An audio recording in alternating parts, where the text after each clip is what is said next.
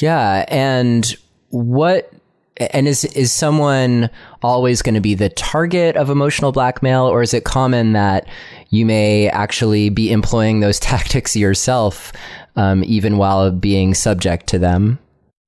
Yeah, I think that usually there's a very definite imbalance of power, and that a pattern will set in where one person kind of knows where our hot buttons are and knows exactly where our vulnerabilities are and tends to use them. You mentioned fear, obligation, and guilt, and if you look at the first three letters of that of those three words, what do they spell? They spell fog. And when we're being emotionally blackmailed, we often feel as if we're in a fog, that we can't find our way out, we don't see clearly, we don't come up with ways of protecting ourselves with boundaries and limit-setting statements, and we have a tendency to comply.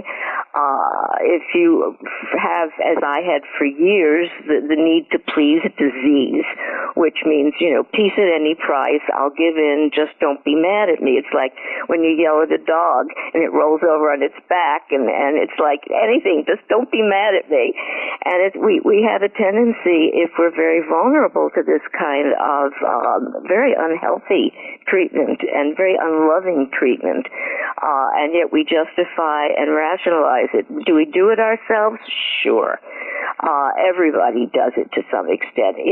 The lethality of it really only kicks in when it really puts the person who is the target of the emotional blackmail in a depressed, angry, feeling like kind of a jerk, and those feelings kind of get internalized, and because the person doesn't dare express them for fear of the consequences and retaliation.